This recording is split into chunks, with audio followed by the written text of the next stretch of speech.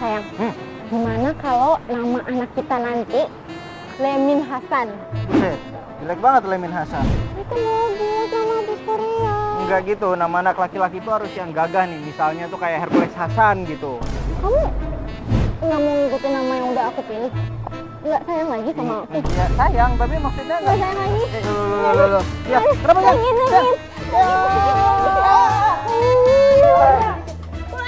Alhamdulillah. Mana kita?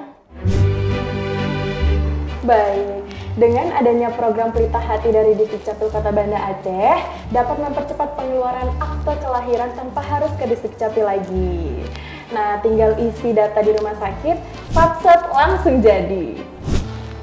Saat konsultasi, ayah dan bunda juga harus mempersiapkan berkas kebutuhannya seperti KTP kedua orang tua, kakak, buku nikah, surat permohonan, dan juga yang paling penting, nama untuk anak Anda.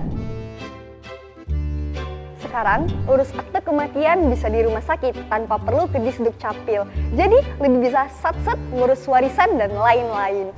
Dokumen ini juga penting untuk keperluan administrasi lainnya seperti pengajuan beasiswa anak, pencairan dana pensiun, hingga pengurusan tabungan di bank. Demi kemudahan dan kepastian hukum bagi keluarga yang ditinggalkan. Jangan lupa diurus ya, bisa kali bagi 1 hektar. Sat-sat dengan Pelita Hati. Kota Banda Aceh, kota kolaborasi.